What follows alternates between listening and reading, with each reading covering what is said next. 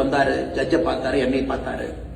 அவர் சொன்னாரு, இதுவரைக்கும் 8 பேர்த்து மேல டிஃபமேஷன் கேஸ் போட்டிருக்கேன், 6 பேர்த்துக்கிட்ட அப்பாலஜி வாங்கியிருக்கேன், ஒரு ஒரு ஒரு மேகசின், ஒரு தனியார் பத்திரிகை 25 லட்சம் ரூபாய் நஷ்டீடு வாங்கியிருக்கேன்.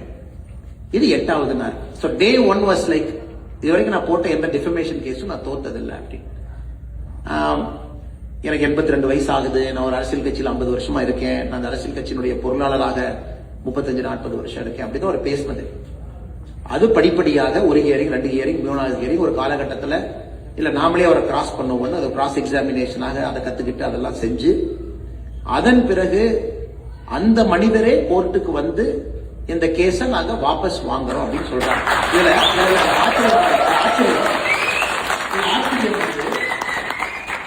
ஒரு 4 பேர் பத்திரிகையில் எழுதுறான். அப்ப அவரு வாபஸ் வாங்குறோம்னா இவங்க 2 பேரும் காம்ப்ரமைஸ் ஆயிட்டாங்களா? அப்ப அண்ணாமலை காம்ப்ரமைஸ் அகைன்ஸ்ட் கரப்ஷன். அப்பதான் நான் நினைச்சேன், முதல்ல சில பேருக்கு, ஒரு பத்திரிகை நண்பர்களுக்கு பேசிக் அறிவை நம்ம கொடுக்கணும். யாரோ ஒருத்தர் என் மேல கேஸ் ஃபைல் பண்றாங்க, I am the accused, somebody files a case on me. Case file பண்ணவங்க அதை வாபஸ் வாங்குறாங்க. அப்ப whatever got to do with case file பண்ணவங்களுக்கும் எனக்கு என்ன சம்பந்தம்? கேஸ் ஃபைல் பண்ணவங்க எப்ப வாபஸ் வாங்கலாம், எனக்கு அதுக்கும் எந்த சம்பந்தம் இல்லை. இந்த கேஸ் நடக்க கோர்ட்ல ஒரு ஏதோ ஒன்று சொல்றாரு, நான் அந்த கோர்ட்ல அங்கேயே சொல்றேன், என்னை பத்தி அவதூறு சொல்றாரு, நான் இங்கேயே கேஸ் ஃபைல் பண்ணுவேன் மறுபடியும். அதுக்கு அவர் சொல்றாரு, இல்ல கோர்ட்டுக்குள்ள பேசுற விஷயம் ப்ரொடெக்டட், கோர்ட்டுக்குள்ள நம்ம பேசுற விஷயம் வந்து protected, it's not a public place. நான் ஆர்கியூ பண்றேன், இல்ல 50 பேர் பார்த்துட்டு இருக்காங்க, எனக்கு அதெல்லாம் என் மனசு எனக்கு கஷ்டமாகுது, என்னை பத்தி தவறா சொல்றாரு, we have to file a case சண்டை போட்டு அந்த கேஸை அக்செப்ட் ஆகும். அந்த ஜட்ஜு என் கம்ப்ளைண்ட்டை வாங்கிக்கிறாரு, கம்ப்ளைண்ட்டுக்கு நம்பர் ஆகல. அப்ப அந்த ஆப்போசிட் தரப்பினுடைய வழக்கறிஞர் சொல்றாரு, இல்ல சுப்ரீம் கோர்ட்டுடைய ஜட்ஜ்மெண்ட் இருக்கு, கிராஸ் எக்ஸாமினேஷன் அப்ப பேசக்கூடிய விஷயத்துக்கு நீங்க எஃப்ஐஆர் நீங்க போட முடியாது, you cannot file a defamation inside the court, பப்ளிக்ல பேசினா தான். அது நம்பர் ஆகாம ஒரு கம்ப்ளைண்ட் இதே ஃபைல் இருக்கு. சோ இந்த மனிதன் கேஸ் போட்ட ஒரு மனிதன் போய் வாபஸ் வாங்குறாரு, நம்பர்டு ஃபைல், நம்பர் ஆகாத ஃபைல் அதுவும் இருக்கு. அதுக்கு 2 பேர் எழுதுறாங்க, அப்ப அண்ணாமலை கேஸ வாபஸ் வாங்கினாரா, அவரு கேஸ வாபஸ் வாங்கினாரா, எனக்கு தெரியல. அதனால this is the level of political discourse it has come. நான் ஒரு ட்வீட் போட்டேன், நான் சொன்னது எல்லாம் உண்மை, இன்னைக்கு உண்மை, நாளைக்கு உண்மை. இதுவரைக்கும் நான் யாரை பத்தி என்ன பேசணும் தொடர்ந்து அதை பேசுவேன், அதுல எந்த மாற்று கருத்தும் இல்லை, அதை சந்திச்சுக்கலாம். எதுக்காக இந்த பாயிண்ட் நான் சொல்றேன் அப்படின்னாங்க, நான் கரப்ஷனுக்காக personally I paid a price. சண்டை, சச்சரவு, கேஸ், லோட்டு லூசுக்கு ஏறுறது இறங்குறது, இந்த வேலைக்கெல்லாம் தமிழ்நாட்டில் கரப்ஷன் கட்டுக்குள்ள வருது அப்படிங்கிறதுங்க ஒரு நாகரிக குடிமகனாக வெரி வெரி ஹாப்பி. ஃபைனலி ஏதோ ஒரு இடத்துல யாரோ ஆரம்பிச்சிருக்கிறாங்க.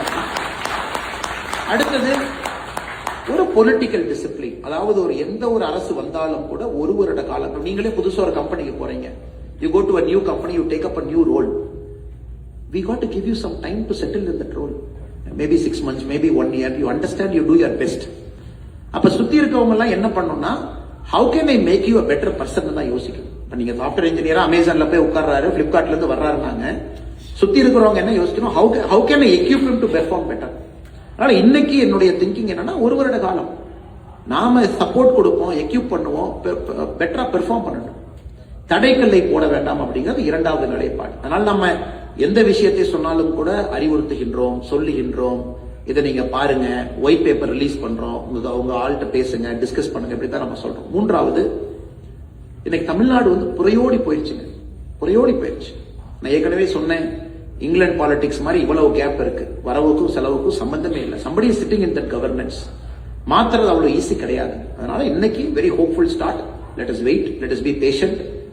1 year is the minimum time a political party or a government needs new government. அதுல பாதி பேர் வந்தக்கூடிய அமைச்சர்கள்லாம் அவங்க இதுவரை கவுன்சிலரா கூட இருந்தது இல்லை, இன்னைக்கு அமைச்சர்களா இருக்காங்க. பாவம், அவங்களுக்கு அந்த ஸ்பேஸ் கொடுக்காம எப்படி அவங்க பெர்ஃபார்ம் பண்ணுவாங்க? when somebody is a minister, you got to give him space.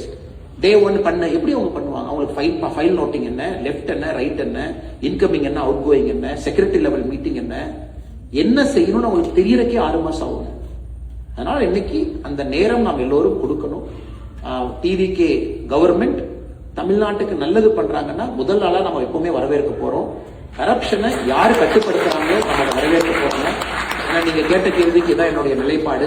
அதனாலதான் நிறைய பேர் வந்து கேட்கறாங்க, ஆனா டெய்லி வந்து பிரஸ் பாருங்க, டெய்லி பிரஸ் பார்த்து என்ன மேடம் பண்றது?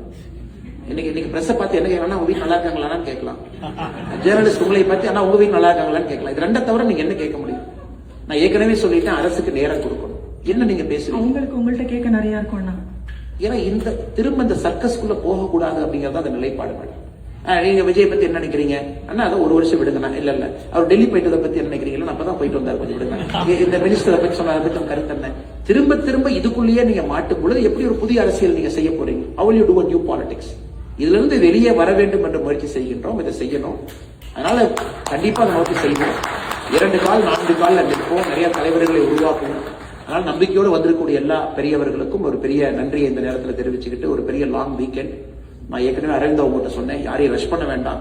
கண்டிப்பா நம்ம புகைப்படம் எடுக்கிறோம்னு நினைக்கிறவங்க நம்ம இருந்து புகைப்படம் எடுப்போம். ஒரு பக்கம் அவங்க வர்றாங்க, 1 மணி நேரம் 2 மணி நேரம் ஆனாலும் புகைப்படம் எடுத்து எல்லாத்தையும் நம்ம அனுப்புவோம். ஏன்னா லாட் ஆஃப் பீப்புள்